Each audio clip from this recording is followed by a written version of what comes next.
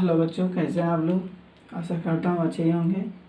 और सबसे महत्वपूर्ण बातें जो हम बता रहे हैं मेरा लेक्चर नंबर थर्ड, और लेक्चर नंबर थर्ड में हम पहले ही बता चुके हैं। जो कोई वीडियो देखिएगा या नहीं देखिएगा, लेकिन वो लेक्चर नंबर थर्ड जरूर देखिएगा, क्योंकि उसमें जैसे 6 मार्क्स का क्वेश्चन आपको कराया गया है, जो कि एग्जामिनेशन में आपको पूछा गया है 2017 के एग्जामिनेशन में, वो भी 6 मार्क्स में पूछा गया है।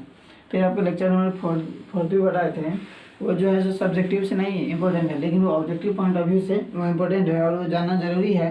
उसमें हमने पढ़ाया था, क्या क्या पढ़ाया था उसमें हमने पढ़ाया था जो बिल्ट अप एरिया क्या होता है, कारपेट एरिया क्या होता है, सेटबैक एरिया क्या होता है, प्लॉट एरिया क्या होता है ये सब बताए थे। और फिर एक इम्पोर्टेंट से बताए थे FAR या FSA। FAR क्या होता है, वो होता है फ्लोर एरिया रेशियो या floor space index. Floor area ratio बराबर होता था the covered area upon plot area. यह एक रेशियो था किसका, कवर्ड एरिया का टू द प्लॉट एरिया का। फिर हम देखे थे जो लिमिटेशन था कुछ, जो हमें NBCA ने दिया था, वो क्या था वो भी जो था जो हम बताए थे वो था ऑब्जेक्टिव पॉइंट ऑफ व्यू से था। वो जितने भी चार हम बताए थे लिमिटेशन, फाइनल लिमिटेशन यह था जो अगर आपके पास 200 मीटर स्क्वायर एरिया से अगर आपके पास कम एरिया रहता है तो आप 60% ऑफ द प्लॉट एरिया बना सकते हैं, बिल्टअप एरिया कर सकते हैं। अगर आपके पास फिर सेकेंड लिमिटेशन यह था जो अगर आपके पास 200 मीटर स्क्वायर एरिया से ज़्यादा है, मतलब 200 से 500 मीटर स्क्वायर के बीच में अगर आपके पास एरिया है तो आप उसका जो है 50% बिल्टअप एरिया बना सकते हैं।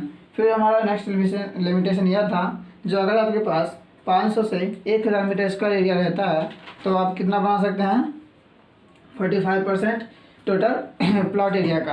अगर आपका मतलब क्या हुआ इसका, 500 से अगर 1000 है तो इसका आप 45% निकाल लीजिए और उतना जो है सो आप उसमें बना सकते हैं अपना घर। लेकिन ये जो 45% था हम बताए थे यह बिल्डिंग कंस्ट्रक्शन के अनुसार था, लेकिन अगर आप ये आप बिल्डिंग ड्राइंग में पढ़िएगा तो वहाँ पर आपको 40% बढ़ाया जाएगा, इसलिए कंफ्यूज मत होइएगा। अगर आपको बिल्डिंग कंस्ट्रक्शन अगर आपको क्वेश्चन पूछा जा रहा है तो आप 45% मारिएगा, लेकिन अगर वही बिल्डिंग ड्राइंग में पूछा जा रहा है तो आपको 40% मारना है। फिर नेक्स्ट हमारा फोर्थ लिमिटेशन वह था अगर आपके पास 1000 से भी ज़्यादा मीटर स्क्वायर एरिया है तो आपको कितना बनाना है, तो आपको बनाना था 33% प्लॉट एरिया का। ठीक है, ये चारों लिमिटेशन हम देखे थे और इसी चारों लिमिटेशन पे हमने अपना क्लास समाप्त किया था। ठीक है तो वो जो लेक्चर नंबर 4 था वो ऑब्जेक्टिव पॉइंट ऑफ व्यू से इम्पोर्टेंट था। लेक्चर नंबर 3 था वो exam subjective point of view से इम्पोर्टेंट था, क्योंकि उसमें 6 मार्क्स का क्वेश्चन कराया गया था जो कि एग्जामिनेशन में पूछा गया था। आज का जो हमारा है, सबसे पहले तो हम कुछ नोट पॉइंट लिखाएंगे जो कि हमारे लिए जानना बहुत ज़रूरी है, जो मिनिमम क्या होना चाहिए किसी चीज़ का। तो देखते हैं पहले हम नोट पॉइंट में।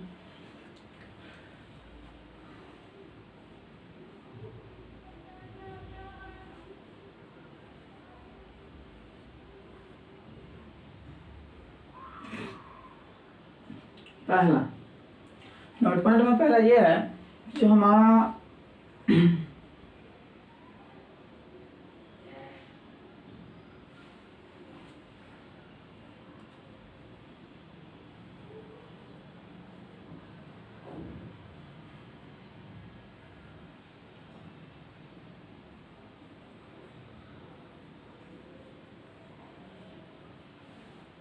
Minimum area of a single room कितना होना चाहिए, 9.5 मीटर स्क्वायर एरिया। ठीक है, फिर नेक्स्ट था हमारा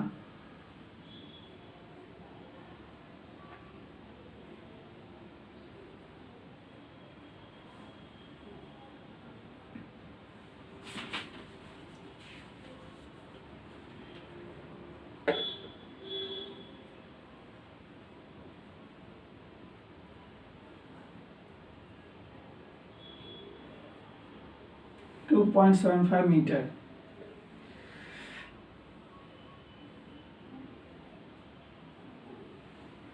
ठीक है, फिर नेक्स्ट था हमारा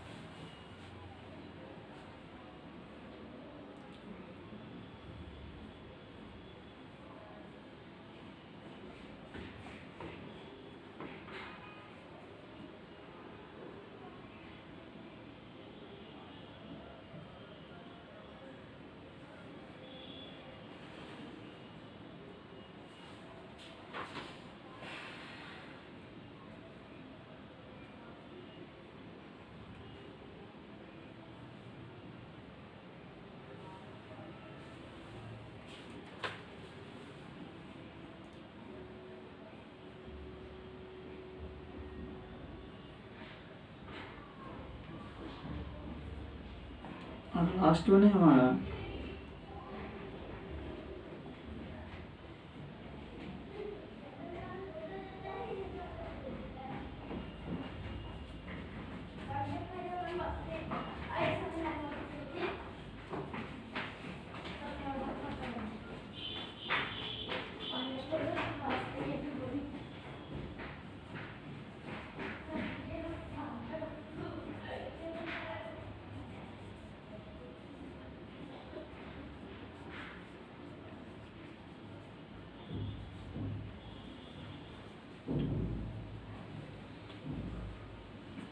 देखिए, ये जो पांचों नोट पॉइंट है, ये पांचों नोट पॉइंट आपको जो है सो जानना जरूरी है। क्यों जानना जरूरी है?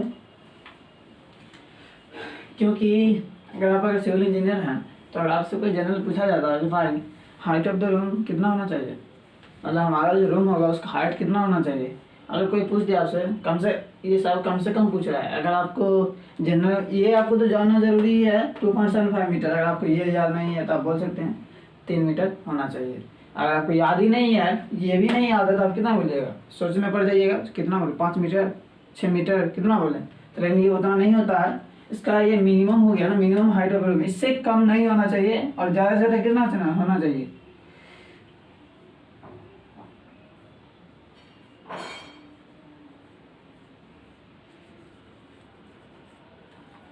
इतना होना चाहिए। इससे ज़्यादा, ये आपका मैक्सिमम हो गया, इससे ज़्यादा नहीं होना चाहिए।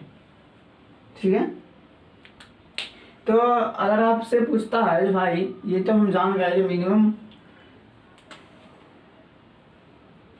हाइट जो है रूम का कितना होना चाहिए, 2.75 मीटर होना चाहिए। लेकिन मिनिमम एरिया, मतलब एरिया अगर हम सिंगल रूम बना रहे हैं तो उसका मिनिमम एरिया, कम से कम एरिया कितना होना चाहिए? तो 9.5 मीटर स्क्वायर एरिया होना चाहिए। और अगर ये तो मिनिमम, सब हम आपको मिनिमम में बता रहे हैं, कम से कम में बता रहे हैं। अगर आप इससे ज़्यादा भी, इसको 10 मीटर स्क्वायर एरिया भी कर सकते हैं, 12 भी कर सकते हैं। मतलब 3 मीटर लेंथ, 3 मीटर ब्रेथ और 4 मीटर लेंथ, या 3 मीटर हाँ यही होगा। या फिर आप इसे भी कर सकते हैं, 2.5 कर सकते हैं, या फिर आप इसको 3.5 कर सकते हैं।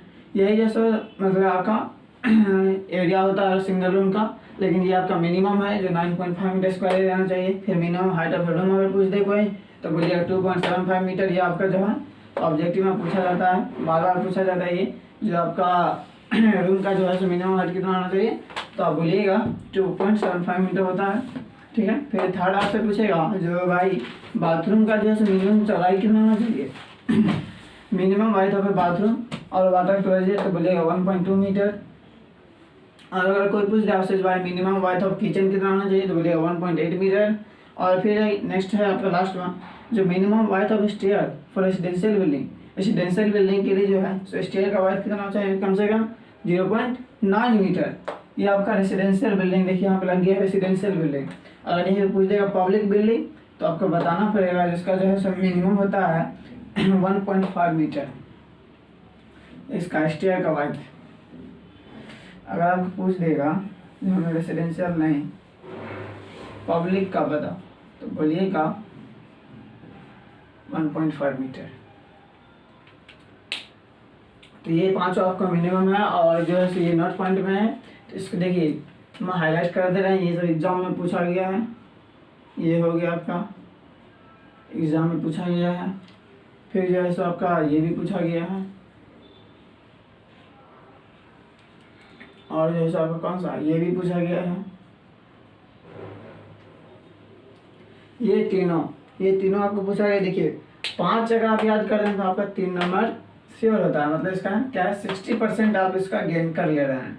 तो इसलिए जो है सो ये भी आज का लेक्चर वीडियो बहुत इंपॉर्टेंट होने वाला है, इसलिए से बोल रहे हैं। अगर आप ये लेक्चर देख रहे हैं, अगर आपका दोस्त नहीं जान रहा है तो उसे भी बताइए जो भाई ये लेक्चर देखा करो, जो कि ऑनलाइन टेक्निकल क्लासेस भी जो है सब फ्री ऑफ कॉस्ट हम लोग डाल रहे हैं। हम लोग का कोई पर्पस नहीं है, हम लोग का बस ये पर्पस हम पहले ही बता चुके हैं। जो हम लोग का मेन मोटो ये है, जो जितने भी लड़का है, जितना भी स्टूडेंट है, वो अगर नहीं है अभी तक पढ़ा है तो इस चैनल पे जाकर पढ़ सकता है। और एग्जामिनेशन में फेल होने से हम लोग का बस ये मोटो है, जो अगर आप कहीं बैठ रहे हैं एग्जामिनेशन हॉल में तो आपको ये डर ना बने जो हम फेल हो जाएंगे या पास हो जाएंगे। अगर इस चैनल का अगर हर एक वीडियो आप देखते हैं, बस देखना है, तो आप इतना मार्क्स हमेशा ला सकते हैं। कितना मार्क्स? 50% हमेशा आप श्योर रहिए। जो आपको कुछ बस देख के जाइए तो आपका 50% श्योर है, जो 50% आपको आएगा ही। इसलिए जो है सो, और अगर आप खुद से मेहनत भी करते हैं, अगर आप थोड़ा मोड़ा पढ़े भी होंगे और खुद से मेहनत भी करते होंगे, तब तो कोई बात ही नहीं है, तब तो 80% से अबव आएगा। लेकिन अगर आप कुछ नहीं, अभी तक कुछ नहीं पढ़े हैं, तो अगर आप सिर्फ ये लेक्चर हम लोग का देख रहे हैं ऑनलाइन टेक्निकल क्लासेस का, तो हम गारंटी के साथ बोलते हैं जो आपका 50% से एबव आएगा। ठीक है, तो आज का भी लेक्चर जो है इम्पोर्टेंट होने वाला है, क्योंकि अभी तो हमने नोट पॉइंट बताया था, उसमें 5 नोट पॉइंट बताया, उसमें से 3 तो आपको एग्जामिनेशन में ही पूछा गया है, 2 अभी बचा है, वो भी 2 शायद पूछ सकता है इसमें। इसलिए जो है सो अब हम नेक्स्ट टॉपिक के ऊपर चलते हैं, स्ट्रक्चर। ठीक है, अगर आप स्क्रीनशॉट लेना चाहते हैं स्क्रीनशॉट ले सकते हैं।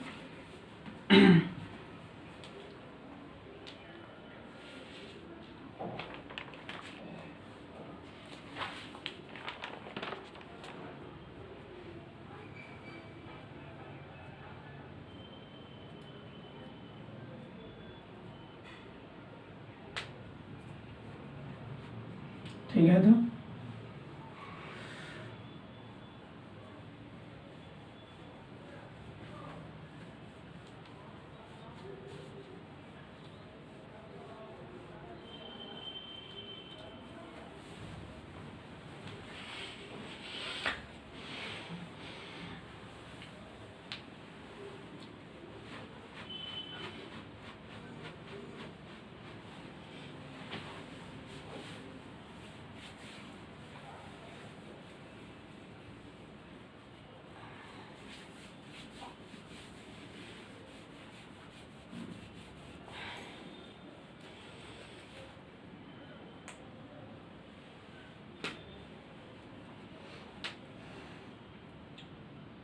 देखिए, सबसे पहले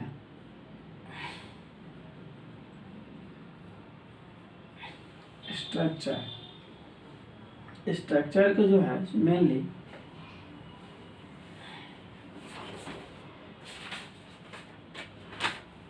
10 टाइप्स में डिवाइड किया गया है।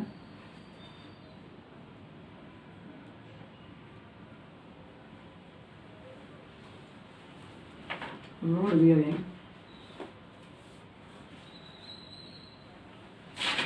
स्ट्रक्चर,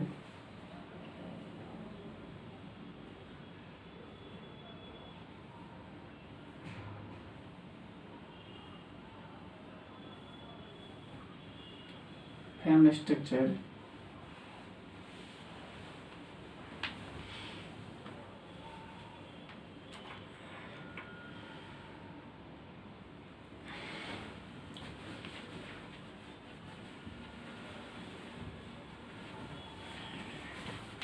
ठीक है। देखिए, आज का ये दोनों जो है बहुत इम्पोर्टेंट है। पहले हम स्ट्रक्चर पर बात करते हैं, फिर इस पर भी चलेंगे। स्ट्रक्चर होता क्या है ये पहले जानते हैं।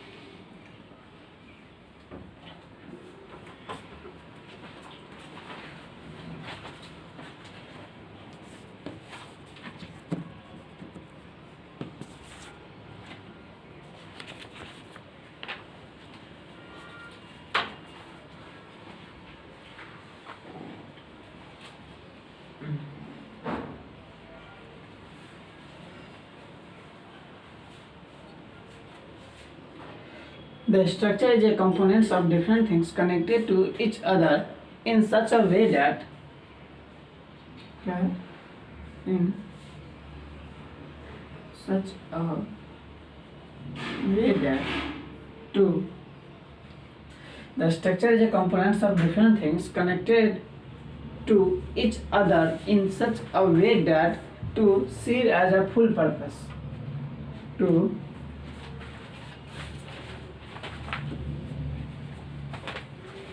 यहाँ पर सीव नहीं होगा, सर्व होगा, serve as a full purpose. देखिए हमने डायग्राम से देखा है जो स्ट्रक्चर को जो है सो 3 टाइप्स में डिवाइड किया गया है, load bearing structure, frame structure और कंपोजिट स्ट्रक्चर। सबसे पहले हम जानेंगे, ये तो बाद में जानेंगे हम लोड बेयरिंग स्ट्रक्चर क्या होता है, फ्रेम स्ट्रक्चर क्या होता है, कंपोजिट स्ट्रक्चर क्या होता है। सबसे पहले हमें ये जानना है कि स्ट्रक्चर क्या होता है। स्ट्रक्चर यह होता है, यह एक कंपोनेंट है। Structure is a component of different things. यह एक कंपोनेंट है क्या चीज का? डिफरेंट थिंग्स का। स्ट्रक्चर क्या है? Structure is a component, structure is a component, structure is a component of different things connected. क्या चीज करता है? कनेक्ट करता है। किसको? Connected to each other in such a way that, इस तरीके से, serve as a full purpose, जो कि हमारा फुल पर्पस के लिए सर्व हो। फुल पर्पस के लिए हम जिस पर्पस के लिए हम बनाए हैं उस पर्पस के लिए हमारा काम करे, उस पर्पस के लिए हमारा काम करे। ठीक है। स्ट्रक्चर का हमें कोई डिफाइन पूछे तो भाई हमें बाद में बताना, तो load bearing structure, frame structure या कंपोजिट स्ट्रक्चर। सबसे पहले हम ये बताओ स्ट्रक्चर क्या होता है। तो बोलेंगे structure is a component, structure is a component of different things to connected each other, to connected each other. किसको कनेक्ट करता है? इन सच अ वे दैट, इस तरीके से, to serve as a full purpose. क्या चीज़ के लिए? फुल पर्पस से, हमें जो हम जिस पर्पस से बनाए हैं उस पर्पस के लिए, जो हम जिस पर्पस से बनाए हैं और उस पर्पस के हमारा बन रहा कंपोनेंट्स ऑफ डिफरेंट थिंग्स। और कंपोनेंट्स क्या क्या था हम तो पहले पढ़े ही हैं। जो कंपोनेंट्स क्या क्या था, लेक्चर नंबर आप मेरा जो है जो लेक्चर नंबर 3 देखिएगा, उसमें जो कंपोनेंट्स ऑफ बिल्डिंग हम पढ़ाए हैं, जो कि हम फिर से बोल रहे हैं। लेक्चर नंबर 3 जो बहुत इंपॉर्टेंट था, उसको आप जाइएगा देख लीजिएगा, लेक्चर नंबर 3 में प्लेलिस्ट में चेक कीजिएगा। तो वहाँ पे आपको कंपोनेंट्स में क्या क्या था? बेसमेंट था, फाउंडेशन था, प्लेन था, ग्राउंड फ्लोर था, इंटरनल वॉल था, स्टेयर था, पार्टीशन वॉल था, एक्सटर्नल वॉल था, फिर अपर फ्लोर था, फिर रूफ था, फिर था हमारा स्लोपिंग रूफ और डोर लिंटल, ये सब था। तो ये जितने भी सारे ये कंपोनेंट्स हैं, तो यही सब कंपोनेंट्स मिलके जो हमारा स्ट्रक्चर बनता है। तो यही ये जो बोल रहा है to connected to each other, अगर हम इस जितना भी सारा कंपोनेंट्स है उस सबको अगर हम मिलाते हैं तो हमारा क्या होता है? एक स्ट्रक्चर बनता है जिसे हम स्ट्रक्चर कहते हैं। और जिसका जो हम पूरा अगर बन जाता है हमारा स्ट्रक्चर, फिर हम उसका जो है अपने यूज में लाते हैं। तो इस अगर हमें कोई पूछ दे भाई ये स्ट्रक्चर बताओ क्या होता है, तो बोलेंगे the structure is a components, the structure is a components of different things to connected each other in such a way that to serve as a full purpose. ठीक है। तो हम स्ट्रक्चर जान चुके हैं, स्ट्रक्चर क्या होता है। फिर नेक्स्ट हमारा स्ट्रक्चर का टाइप्स है। क्या क्या स्ट्रक्चर का टाइप्स है? सबसे पहले हमारा था लोड बेयरिंग स्ट्रक्चर है, फिर नेक्स्ट हमारा फ्रेम स्ट्रक्चर, फिर थर्ड हमारा कंपोजिट स्ट्रक्चर। तो लोड बेयरिंग स्ट्रक्चर क्या होता है? नाम से ही पता चल रहा है, जो लोड को बियर करे। फ्रेम क्या होता है? जो फ्रेम में हो। और कंपोजिट का मतलब क्या होता है? कंपोज मतलब जो दोनों को मिलकर बना हो, उसे हम कह रहे हैं कंपोजिट स्ट्रक्चर। तो सबसे पहले अगर आप स्ट्रक्चर नहीं जानते हैं तो उसका आप डिफाइन लिख सकते हैं, और नहीं तो स्क्रीनशॉट ले सकते हैं।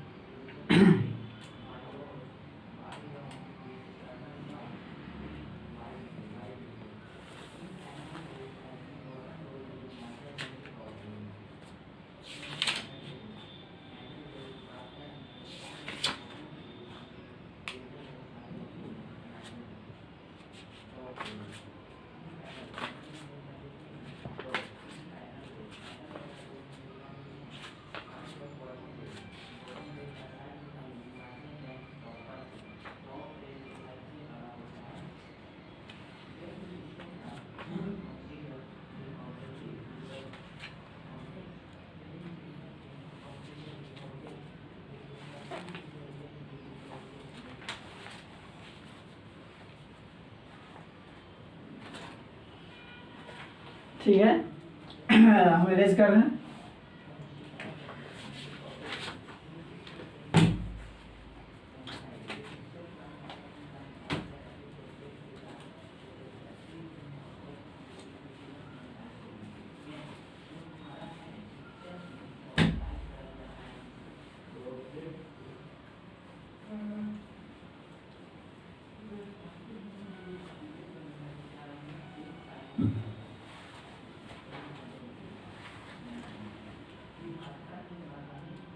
देखिए 1 बाय 1 देख रहे हैं। सबसे पहले हमारा क्या था,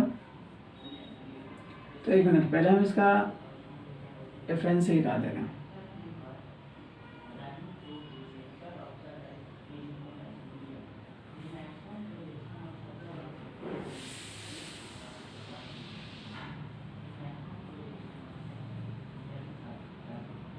लोड बेरिंग स्ट्रक्चर और क्या,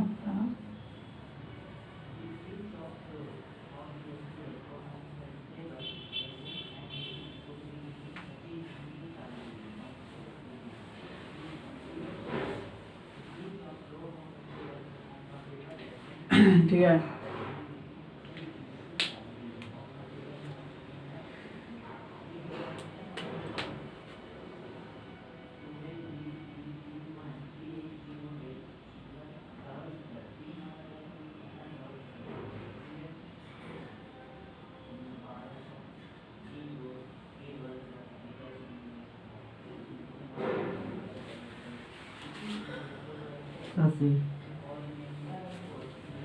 देखिए हमने साइड में क्या लिखा, VBR मतलब वेरी वेरी इंपॉर्टेंट, और क्या चीज़ के लिए इंपॉर्टेंट है, 4 मार्क्स और 6 मार्क्स के लिए, ठीक है। तो हम पहले ही बोल चुके हैं लेक्चर नंबर 3 भी जैसे हमारा VBR था, क्योंकि इस यूनिट से फर्स्ट यूनिट से 10 मार्क्स का पूछा जाता है, और फर्स्ट हम बता दिए हैं लेक्चर 3 में 6 मार्क्स का क्वेश्चन बता दिए हैं, जो कि बिल्डिंग कंपोनेंट्स एंड मटेरियल था।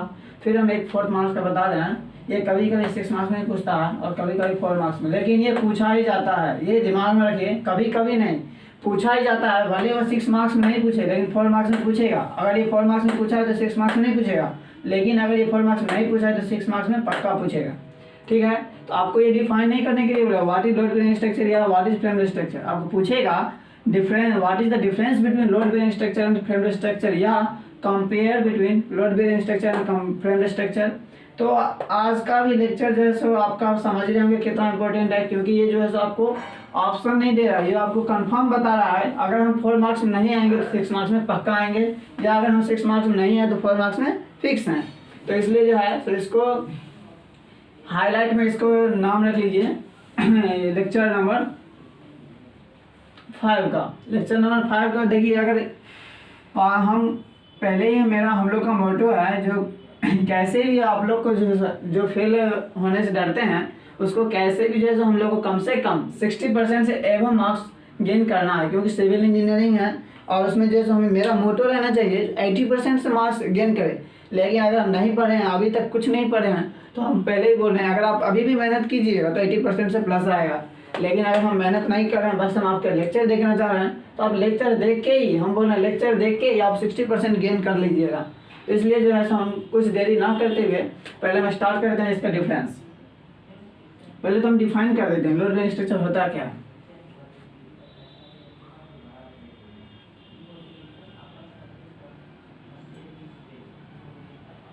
The structure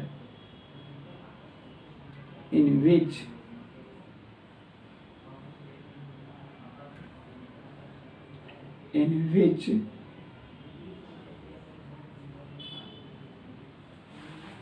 the structure in which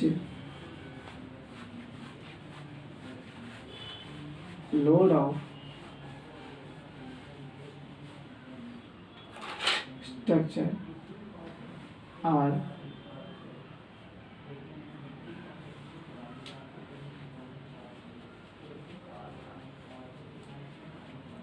transferred by load bearing wall to the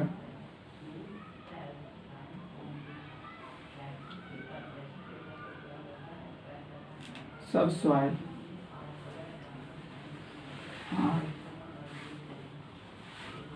known as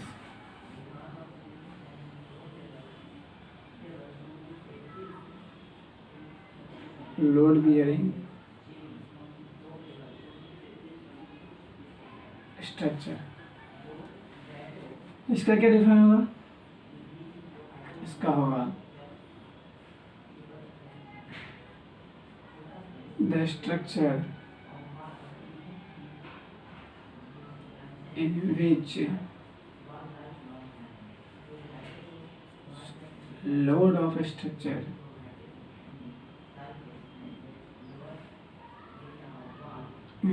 structure are carried by beams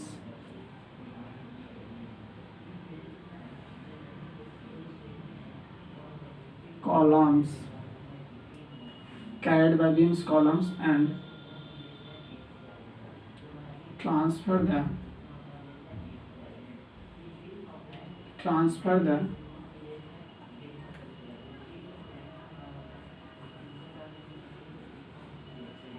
load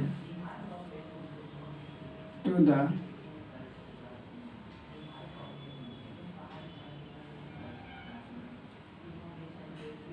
subsoil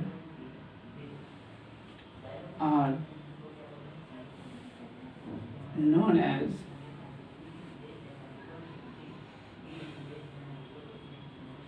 framed structure.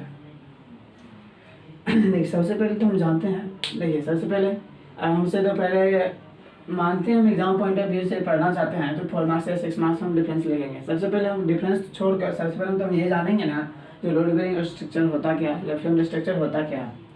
तो load bearing structure आपका यह होता है the structure, वह structure in which load of structure, जो हमारा structure था उसका जो लोड है, जैसे देख लीजिए, जैसे मान लेते हैं ये हमारा स्ट्रक्चर है, ये हमारा क्या है,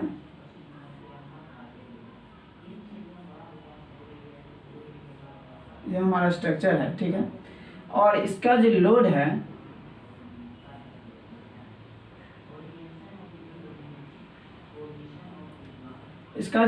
मान लेते हैं ये हमारा पहला रूम है, ये दूसरा है, ये तीसरा है, ये चौथा है, ये पांचवा है, ये छठा और ये सातवां, ये हमारा मान लेते हैं रूम है। तो इसका जो हमारा लोड है, इस स्ट्रक्चर का, यह किसके द्वारा कैरी करता है, ट्रांसफर करता है? The structure in which load of structure are transferred by load bearing wall. ये जो वॉल होता है, ये वॉल, इसके द्वारा, यह जो वॉल है बीच में, इसके द्वारा जो हमारा स्ट्रक्चर का जो लोड है वह ट्रांसफर होता है कहाँ पर? टू द सब सॉइल। कहाँ ट्रांसफर करता है? सब सॉइल पे। किसके द्वारा करता है? तो लोड बेयरिंग वॉल के द्वारा करता है, तो उसे ही हम लोड बेयरिंग स्ट्रक्चर कहते हैं। तो सिंपल अगर आपसे कोई पूछ दे भाई लोड बेयरिंग स्ट्रक्चर क्या है, तो बोलेंगे the structure in which the load of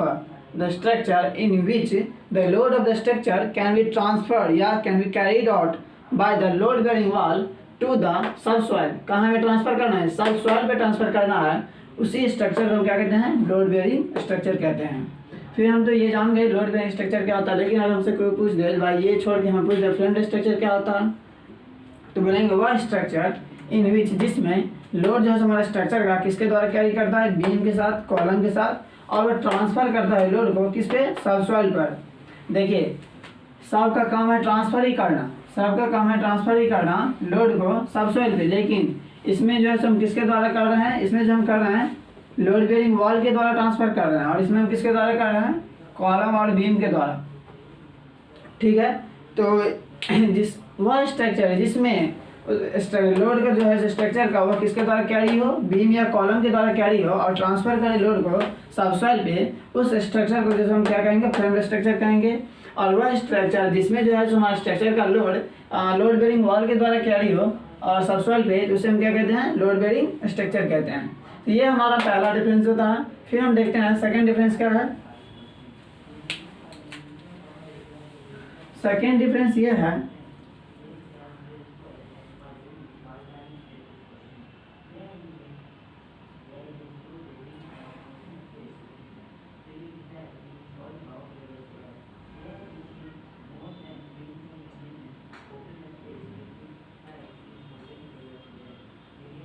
अगर आप स्क्रीन शॉट लेना तो ले सकते हैं, नहीं तो नोट करना सकते हैं, वीडियो पॉज कर नोट कर लीजिए। फिर हमारा नेक्स्ट पॉइंट है, देखिए अगर हम इसमें वॉल दिए हैं तो इसका थिकनेस होगा, कुछ होगा ना, 300 mm थिकनेस होता है। लेकिन अगर हम ये पे कॉलम दिया तो उसका थिकनेस बस खाली जहाँ पे हम कॉलम दे वहीं पे होगा। तो इसमें कहा जाता है क्या, जो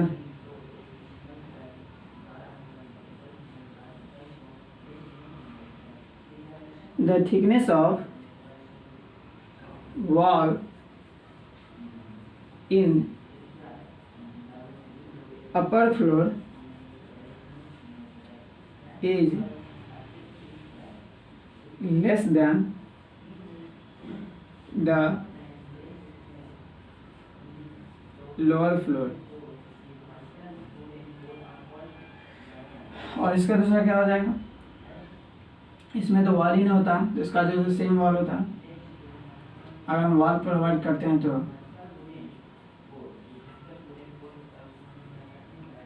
the thickness of wall remain same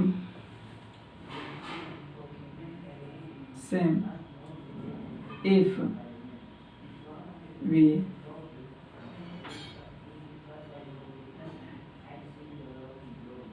we provide wall in the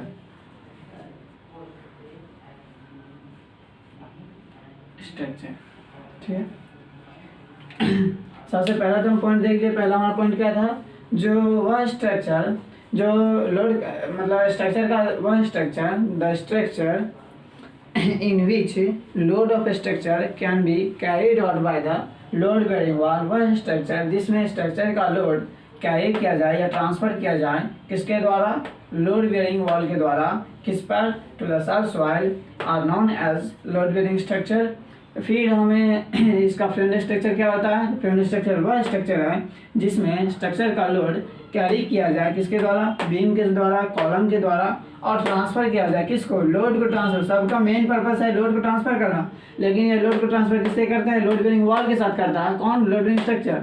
लेकिन ये जो है लोड को कैसे ट्रांसफर करता है, कॉलम के द्वारा या बीम के द्वारा, किस पर, सबसॉइल पर, उसे हम कहते हैं फ्रेम स्ट्रक्चर। ठीक है, और नेक्स्ट हमारा पॉइंट है, सेकंड पॉइंट है the thickness of wall in upper floor. मतलब क्या होगा, अपर फ्लोर में जो है वॉल का थिकनेस क्या होगा, कम होगा। क्यों, किसके कंपैरिजन में, लोअर फ्लोर के कंपैरिजन में। The thickness of wall in upper floor is less than the lower floor. ठीक है, और इसमें जो है हम वॉल देते हैं या अगर नहीं भी दे सकते हैं, इसमें जरूरी अगर हम प्रोवाइड करते हैं वॉल तो हमारा जो है सो मतलब स्ट्रक्चर का मतलब वॉल का थिकनेस जो है क्या होगा, सेम होगा। कोई ज़रूरी नहीं है जो हमारा कम ही होगा। अगर हम वॉल प्रोवाइड करते हैं तो नहीं भी प्रोवाइड कर सकते हैं, क्योंकि हमारा फ्रेम स्ट्रक्चर है। तो the thickness of wall remain same, मतलब हमारा वॉल का जो थिकनेस है उसमें सेम रहेगा अगर हम प्रोवाइड करते हैं तब, नहीं प्रोवाइड करते हैं तो कोई बात नहीं है। तो इसलिए जैसे हमारा सेकेंड हो गया, आपका सेकेंड पॉइंट हो गया। इसे भी आप नोट करना चाहते हैं नोट कर सकते हैं।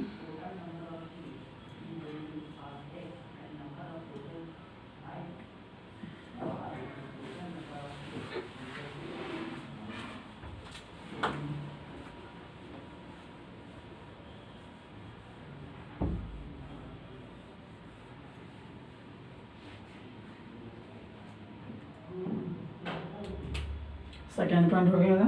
थर्ड पॉइंट हमारा यह है, देखिए वॉल का यहाँ से हम पता कर सकते हैं। तो थिकनेस ऑफ वॉल क्या है, अपर फ्लोर जो है कम है, किसके कंपैरिजन में, लोअर फ्लोर के कंपैरिजन में, मतलब कम है।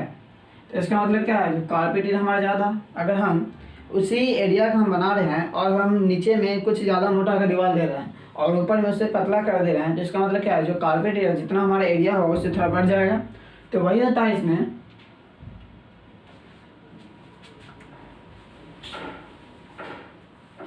The area of the area नहीं, the carpet area of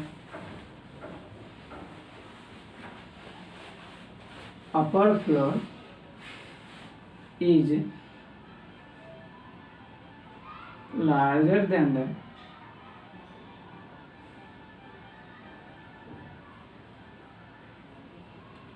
lower floor। इसमें क्या है,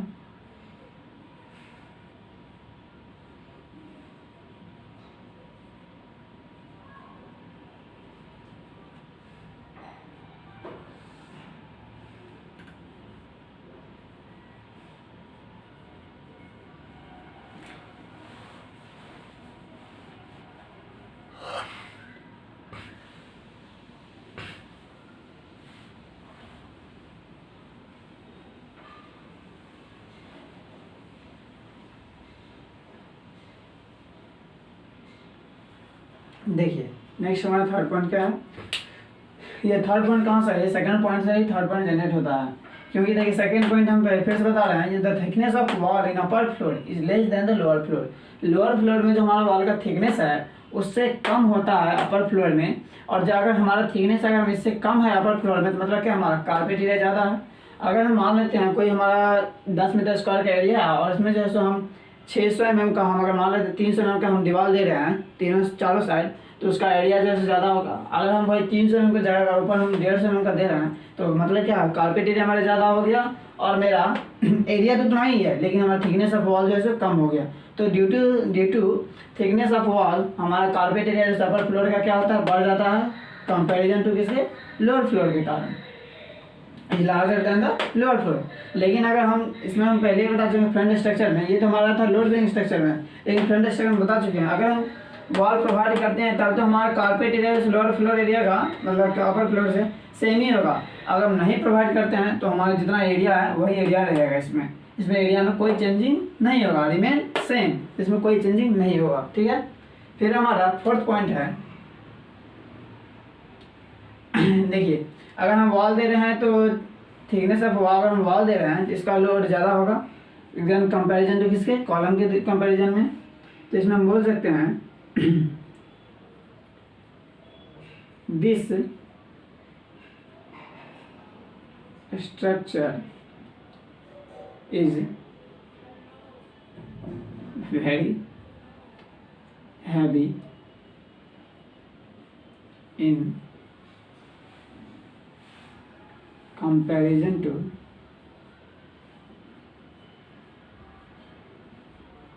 framed structure।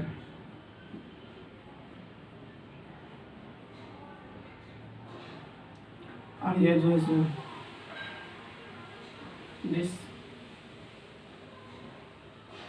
Structure is light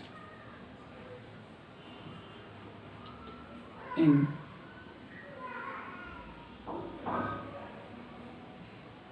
comparison to किसके कंपैरिजन में, in comparison to all structure, कोई भी स्ट्रक्चर हो।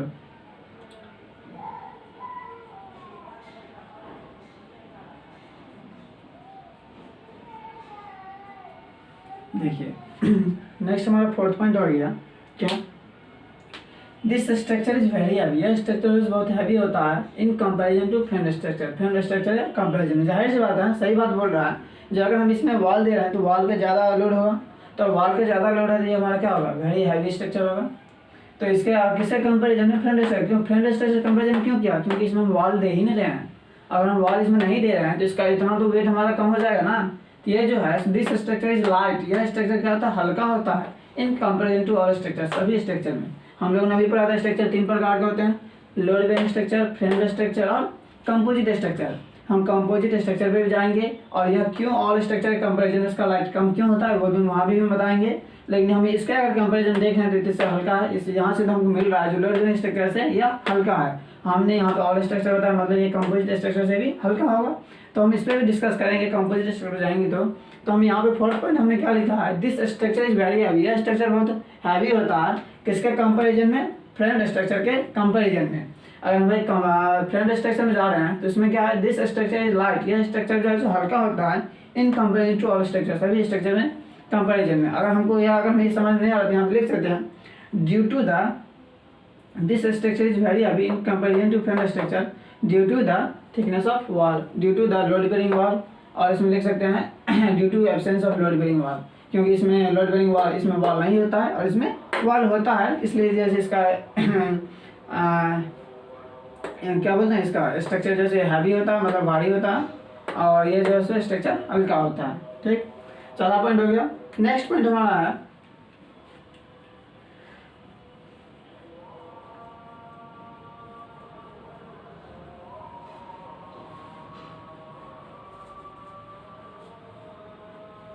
नेक्स्ट पॉइंट हमारा क्या है,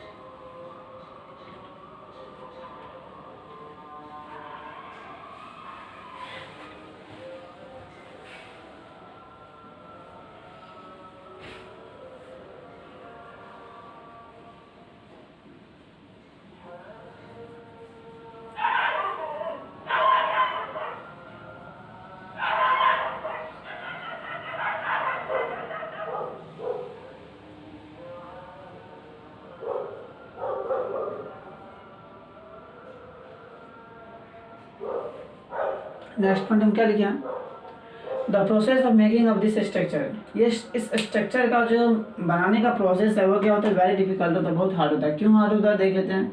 देखिए सबसे पहले तो इसमें हम क्या ऐड करते हैं, वॉल ऐड करते हैं, और हमें ये नहीं पता रहता है कहाँ पे हम हाफ इंच वॉल देना है, मतलब 150 में वॉल देना है, और कहाँ पे हमें 300 में वॉल देना है।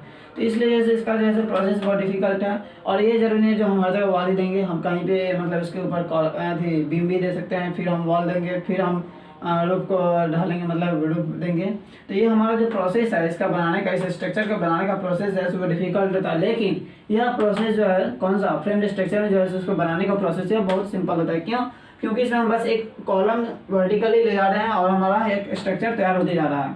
अगर हम इसमें कोई हमारा जो है सो वॉल इसमें प्रोवाइड नहीं होता, जिससे हमको अगर नहीं देखना होता है जो हमारा कहाँ पे वॉल का थिकनेस कम हो गया है, कहाँ पे वॉल का हमारा थिकनेस ज़्यादा हो गया है, कहाँ पे हमें वर्टिकली। तो इसमें बस खाली ये जो है सो हम पहले ही बता चुके हैं ये स्ट्रक्चर क्या है। This type of structure is only based on column. ये स्ट्रक्चर जो है किस पे बेस है, कॉलम पे बेस है। अगर इसमें कॉलम नहीं रहता तो ये कोई स्ट्रक्चर ही नहीं है।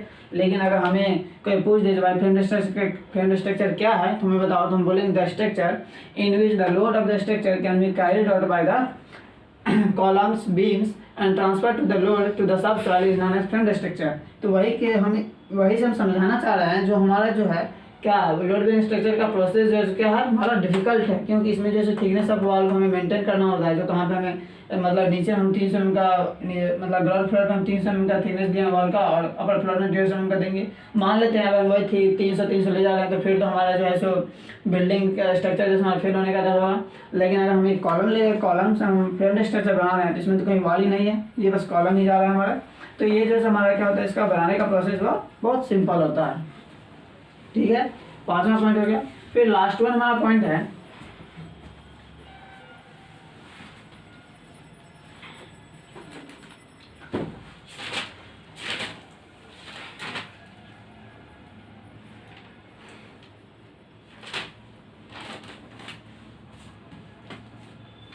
लास्ट वन हमारा पॉइंट है क्या, लास्ट वन हमारा पॉइंट है यार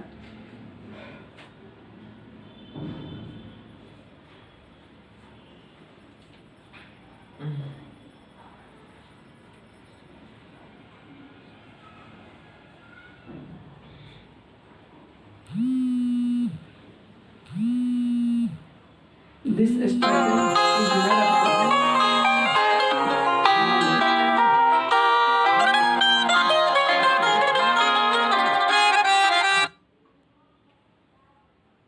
three story of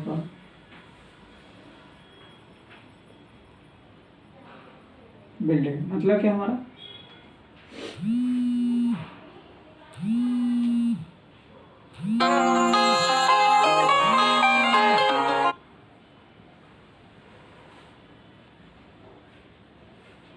this structure is made for making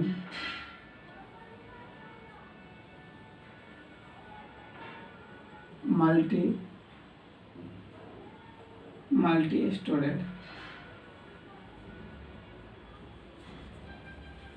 building.